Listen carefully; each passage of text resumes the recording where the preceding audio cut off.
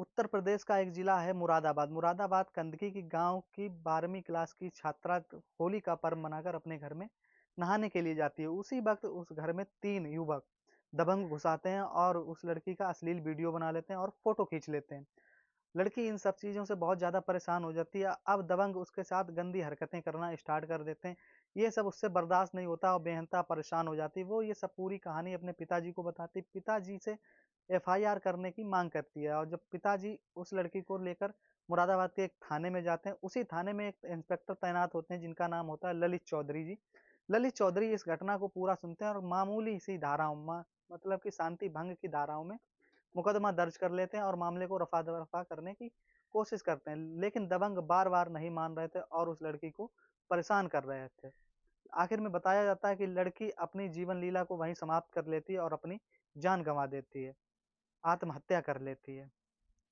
लेकिन इन सब चीज़ों से सीख ना लेकर दरोगा कुछ फिर ऐसे ही कार्य करता है जिससे कि जिसको भी पता चलता है वो उस दरोगा के ललित चौधरी के मुँह पर थू-थू करने लगता है। जब उस दरोगा को भनक लगती है कि शायद उसके खिलाफ एफआईआर दर्ज हो चुकी है, अब वो बचने वाला नहीं है, तो वो मुरादाबाद से भागकर पीलीभीत में अपना ट्रांसफ़र करवा लेता है।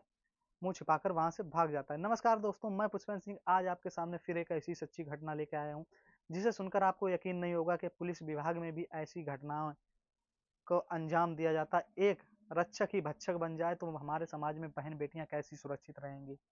जिस पुलिस से हम लोग आशा लगाए होते हैं कि वो हमारी सुरक्षा में तैनात है, अगर उसी सुरक्षा में हमारी बहन-बेटियाँ जो तैनात हैं, वो ही सुरक्षित नहीं रहेंगी, तो आप समझ सकते हैं कि पुलिस विभाग किस हद तक कुरीतियाँ फैला रहा है। उत्तर प्रदेश का एक जिला है अमरोहा। उसी अमरोहा में कुंवर अनुपम सिंह की पोस्टिंग होती है। पोस्टिंग में वो एक अच्छे कार्य कर्मठ एसपी होते हैं। दरअसल उनका ट्रांसफ़र कन्नौज से अमरोहा के लिए हुआ था। बात कर रहा हूँ 3 जनवरी 2024 की। एक महिला कांस्टेबल अनुपम सिंह से मिलने के लिए जाती है और अपनी बारी का इंतज़ार कर रही थी। तभी अंदर से आवाज़ आती है कि महिला कांस्टेबल अंदर जाती है और एसपी साहब से बिना कुछ बोले उनके सामने ज़ोर-ज़ोर से रोने लगती है। तभी एसपी साहब उससे पूछते हैं कि बेटा क्या दिक्कत है? कहाँ की रहने वाली हो? क्या समस्या आ रही है? बताओ। तभी महिला कांस्टेबल बताती है कि मैं दरअसल पुलिस विभाग में ही हूँ।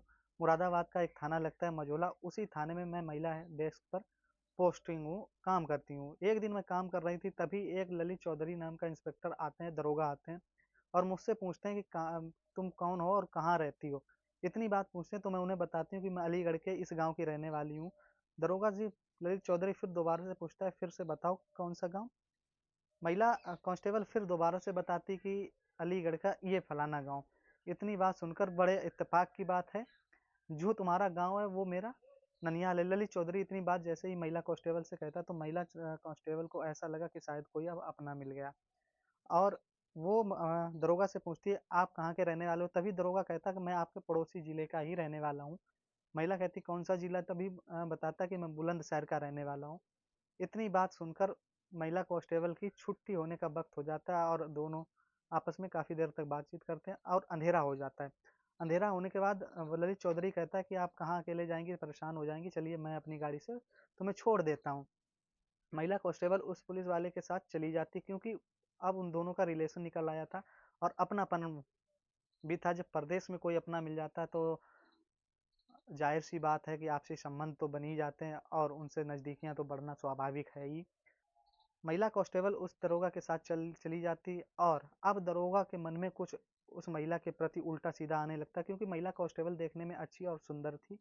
महिला कांस्टेबल को फँसाने के चक्कर में वो अब उस मझौला थाने में अक्सर आने-जाने लगता है और उसी थाने में उससे नज़दीकियाँ बढ़ाने की कोशिश करता है। अब उससे बातचीत करने के किसी न किसी बहाने से बातचीत करने की कोशिश करता है। धीरे-धीरे इन लोगों की काफ़ी बातचीत बढ़ जाती है और बातचीत करने लगते हैं। एक दिन दरोगा था वो अब महिला कांस्टेबल को अपने रूम पे ले जाता और नज़दीकियाँ बढ़ाता। नज़दीकियाँ इस कदर बढ़ जाती हैं कि दोनों के आपसी संबंध बनने तक के कहानी आ जाती है। तो महिला कांस्टेबल इस चीज़ का विरोध करती लेकिन ललित चौधरी कहता है मैं तुमसे शादी करूँगा। शादी का झांसा देकर वो महिला कांस्टेबल के साथ संबंध बनाता और अपने प्यार के जाल में इस तरह फँसा लेता कि महिला कांस्टेबल अब उससे निकलना नहीं चाहती थी। इस तरह महिला कांस्टेबल उसके प्यार में फँस चुकी थी। अब वो बारी-बारी से उसके साथ संबंध बना रहा था। संबंध बनाने के कुछ ही दिन बाद महिला कांस्टेबल के पेट में दर्द होता है और जैसे ही महिला कांस्टेबल के पेट में दर्द होता है, तो वो तुरंत ललित चौधरी को फ़ोन करती है और ललित चौधरी को अपनी पूरी बात बताती है कि मेरे पेट में तेज़ी से दर्द हो रहा है, मुझे लग रहा है शायद कुछ गड़बड़ है। ललित चौधरी के साथ वो एक डायग्नोस्टिक सेंटर जाती है, अपना अल्ट्रासाउंड करवाती, चेकअप करवाती, तब उसमें जाके पता चलता है कि वो तो प्रेग्नेंट है। प्रेग्नेंट की बात जैसे ही सामने आती है तो महिला बहुत ज़्यादा डर जाती है, क्योंकि अभी तक उसने कभी इस तरह की सिचुएशन झेली नहीं थी। तभी ललित चौधरी कहता है कोई टेंशन की बात नहीं है, तुम गर्भपात करवा लो।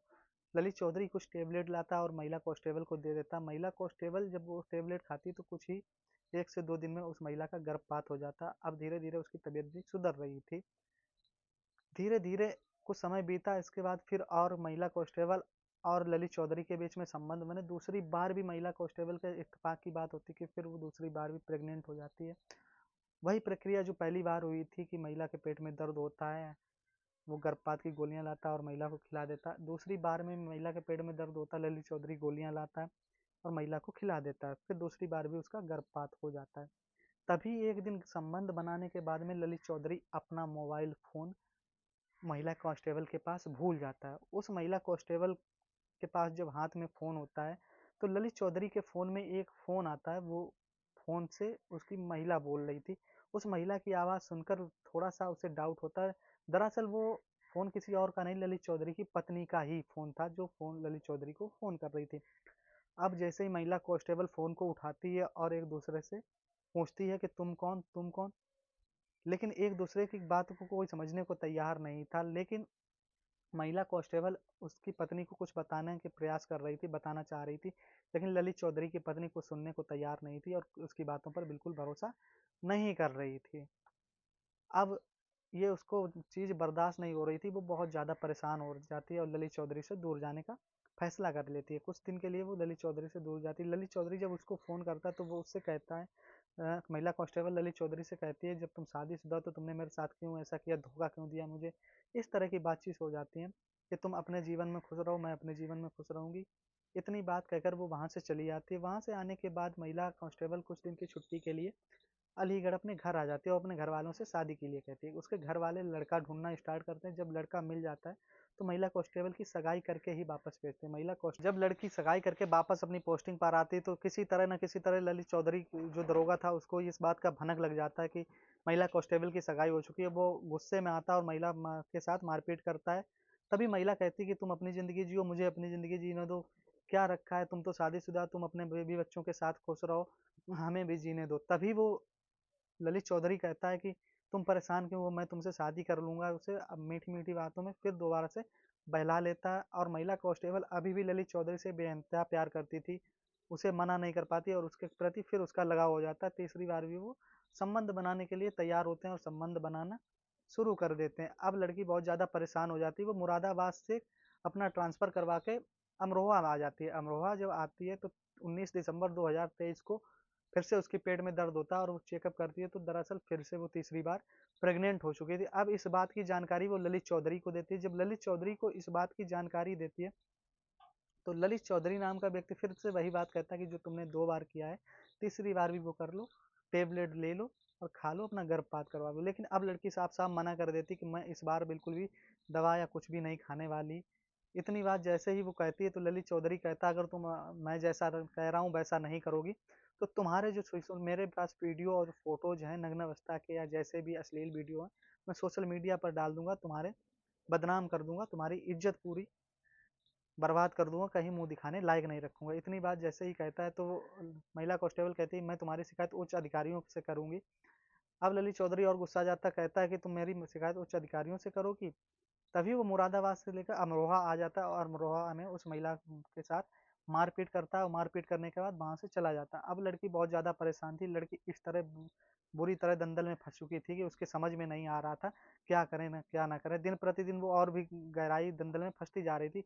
एक दिन ये पूरी दास्तां अपने दोस्तों को बताती है और उसके दोस्त उसे सजेशन देते हैं कि अमरोहा के नए एसपी कुंवर अनुपम सिंह जी आए हैं, उनसे बात करो, वो बहुत अच्छे हैं और कर्मठ हैं, तुम्हारी शिकायतें जरूर सुनेंगे। लेकिन उस महिला को जरा भी भरोसा नहीं था, क्योंकि मुरादाबाद में वो पहले ही काफी उच्च अधिकारियों इस बारे में बातचीत कर चुकी थी, लेकिन किसी ने उसकी कुछ भी नहीं सुनी। अब कुंवर सिंह अनुपम सिंह के पास जैसे ही वो महिला जाती है और तुरंत एक्शन लेते हुए अनुपम सिंह महिला थाने में फ़ोन करते हैं और महिला की रिपोर्ट लिखाने की बात करते हैं कि महिला कांस्टेबल को भेज रहा हूँ, इनकी एफआईआर दर्ज कर लो।